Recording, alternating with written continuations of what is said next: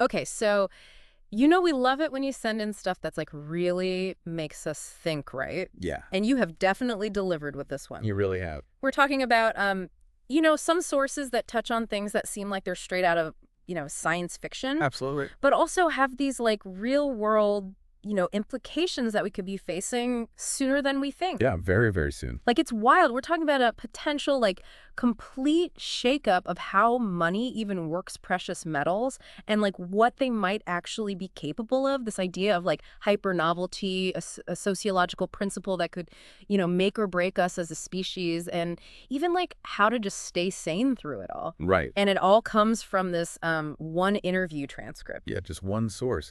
It's Yeah. amazing how much is packed in there. It is. So our mission today is to connect the dots, right? Right. We want to untangle all this stuff and figure out what the interviewee is really trying to get at and what it all could mean for all of us. And, maybe even challenge some of our own assumptions along the way. Exactly. So let's just dive right in, shall we? Let's do it. Okay, so one of the biggest things that jumped out at me was this prediction about the fiat currency system, like, crashing globally. Yeah, that was a big one. And, like, the interviewee actually puts a timeline on it, right? They do. The first few months of next year. Like, whoa. I mean, that's a pretty bold statement, don't you think? It is bold, but when you really break down the interviewee's argument, it kind of starts to make sense. So what are the key points that they're making? Well, first, they emphasize how fast everything moves now, right? Okay. Our financial system is so interconnected digitally Right. that any crash would ripple through the entire world almost instantly. So unlike the crash back in the 1930s, which like took years to really play out, Right, exactly. this would be like, bam. Overnight. Wow. And they actually point to cryptocurrencies as like a factor that could even speed this up. So they see crypto as part of the problem, not the solution. In a way, Yeah. they think that as fiat currencies weaken, people will flock to crypto even more, Right. which could create this massive like wealth transfer overnight. Like a whole new class of millionaires just like that. Yeah, potentially. That's kind of mind-blowing. It's like a totally different kind of financial crisis than what we're used to thinking about. It really is. Okay, so if they're not so hot on crypto, what do they think is going to happen? Well, they're pretty skeptical of CBDCs too. Those central bank digital currencies. Right. Why is that? They see it as just another way for the powers that be to maintain control. Okay. Like the quantum financial system they talk about, it's all just smoke and mirrors in their view. So what do they see as the real alternative? They actually think it'll be more organic, Organic. like a natural shift towards more decentralized systems, Okay. where things like silver and gold alongside crypto. Come back. Yeah, they actually predict a mining boom. A mining boom. Like people digging for gold in their backyards? Well, maybe not that extreme, but as people lose faith in fiat currencies, they're going to look for something tangible, something real to hold on to. That's fascinating. It's like we're going back to the future, right? Exactly. Combining ancient forms of value with these cutting-edge technologies. It's like a complete reset of the financial system. Okay, let's talk about silver and gold because this is where things get a little out there. Yeah. The interviewee starts talking about these like energetic properties that go way beyond, just their monetary value. Yeah, this part was pretty wild. Let's start with silver. They describe it as like bioreactive and antibiotic, even having different effects on different races. Different races. Yeah, it's like they're suggesting that silver could enhance life and longevity for some people. Wow. But then have like negative effects on certain alien groups. Alien groups? Wait, hold on. The Davis, and the Theoi. Okay, now we're really getting into science fiction territory. I know, right? Where's the interviewee even Yeah. getting this information? Well, they mentioned this Talmudic reference about the L avoiding silver. Okay, I've never heard that before. Me neither. But it's clear they believe that silver has this like unique reactivity with living systems. So it's not just about like wearing silver jewelry. They're talking about it on a much deeper level. Like interacting with our bodies on a cellular level. Potentially. Yeah. Okay, this is pretty far out there. It is, but remember, we're just exploring what the interviewee is saying. Right, of course. Now, gold is presented in a totally different way. Oh, really? Yeah, it's described as like a neotropic for space aliens. A what? A neotrope? I don't even know what that means. Me neither. But apparently aliens consume it. Okay. And there's also this mention of gold being used in Ayurvedic medicine for neurological issues. Interesting. And then there are these ancient Sanskrit formulas, some that involve gold and are specifically for space aliens. And some that are fatal to humans. Yeah, it's wild, right? It is. But the key difference they point out is that gold is inert. As opposed to silver, which is reactive. Exactly. So it's like they each have their own unique properties. Fascinating. And when it comes to like a gold-backed currency, they think a traditional one controlled by authorities is unlikely. But they do think that a gold convertible currency tied to blockchain is plausible. Yeah, like another blend of old and new. It's a recurring theme, isn't it? It really is. Now, the interviewee seems super bullish on silver's future value. More so than gold. Yeah, they think it'll be valuable not just in electronics, but also in these like energetic ways of dealing with our bodies. They even mention silver solutions and electromagnetic fields. Yeah, it gets pretty technical. So they think silver is going to be like the next big thing. They definitely seem to think so. Wow. And then there's this little anecdote they share about this current functioning economy based on gold coins. Really? Yeah, like a whole underground system that we don't even know about. That's crazy. I know, right? Okay, so we've talked about the financial reset. Yeah. Now let's move on to this hyper-novelty thing. Right. So this is where they describe this period of like super intense and overwhelming change that's coming. Like everything's going to be new all the time. Yeah, pretty much. Hmm. And they say it could start as early as like early next year, Whoa. with some people feeling it more intensely around April 3rd. April 3rd, like a specific date. Yeah, they mention a group called the Woo Guys who will feel it first. Okay, this is getting really strange. I know, but just stay with me. Okay. The basic idea is that the pace of change is going to accelerate so much. That it'll be hard to keep up. Yeah, like all our old ways of thinking and doing things will become obsolete. And they connect this to the collapse of control systems. Exactly.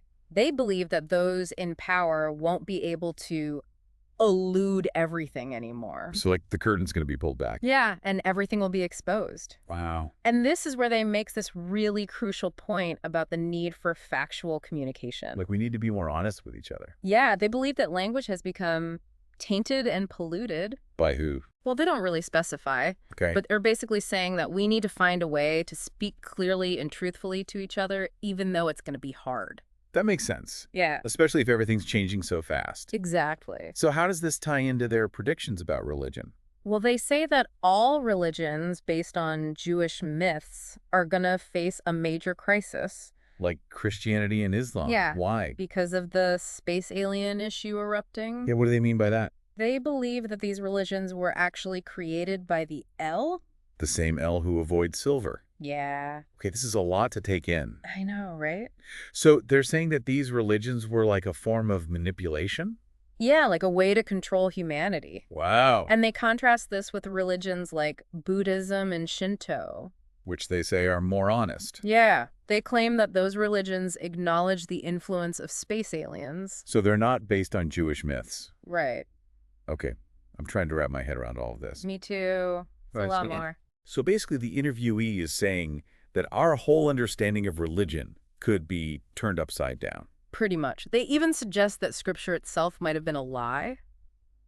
That's a pretty radical idea. It is. Okay, so let's move on to this sociological principle they talk about. Right. So this is the idea that when a technologically advanced culture encounters a less advanced one, the less advanced one usually doesn't fare too well. Yeah, like they get wiped out. Well, not always, but often. And they're connecting this to alien contact. Yeah, they're basically saying that if we encounter a civilization that's way more advanced than us. We could be in big trouble. Exactly. So what are they proposing we do about it?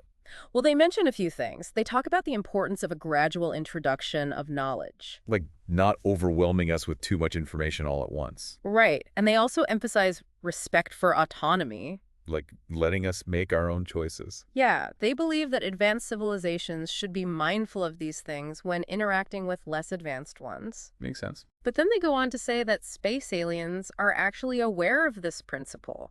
Really? Yeah, and they claim that they initially intended a gradual introduction of technology to us. Like what kind of technology? Well, they mention ZPT-free energy, Oh yeah, I've heard of that. but then they drop this bombshell about the rabbis in the CIA. The rabbis? Yeah, apparently this was like a group within the CIA. Made up of rabbis. Well, initially it was mostly rabbis, but later it included fundamentalist Christians too. Okay. And they claim that this group basically sabotaged initial contact with space aliens. Why would they do that? They say it was out of a desire for control. Like they didn't want to share power with the aliens? Exactly. Wow, that's a huge accusation. It is. So what did they actually do?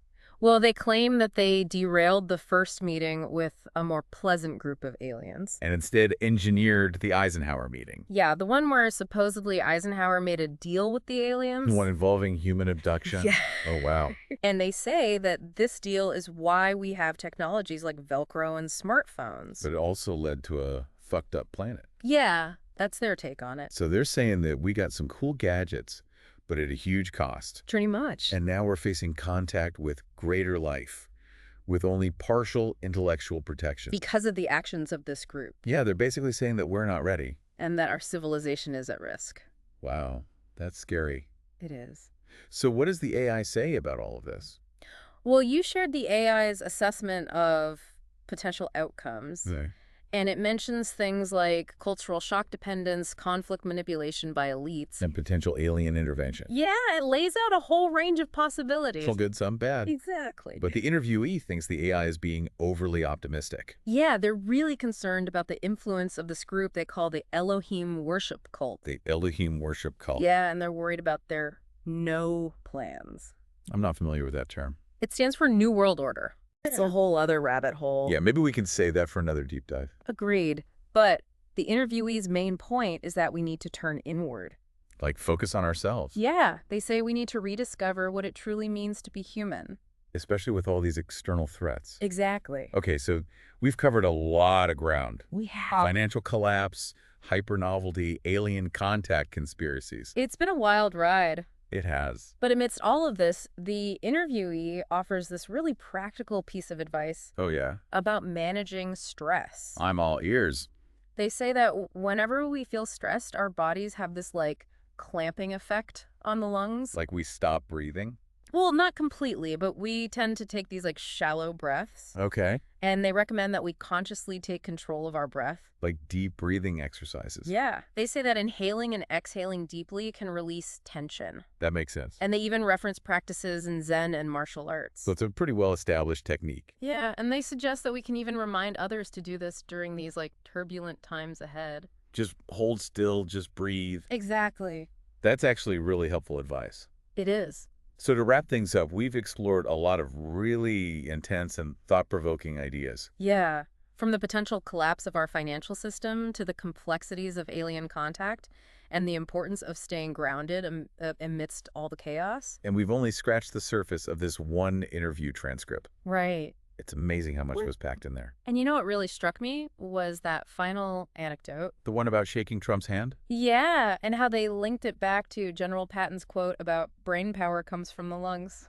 It was an odd way to end the interview. It was, but I think it was their way of saying that even amidst all this craziness, We need to stay centered. yeah, and remember that our mental and physical well-being are interconnected. That's a great takeaway. So as always, we encourage you to go back to the source material Read the interview for yourself. and draw your own conclusions. And maybe try some of those breathing exercises. While you're at it, Yeah, good idea. thanks for joining us on this deep dive. It's been a fascinating journey. Until next time. See you then.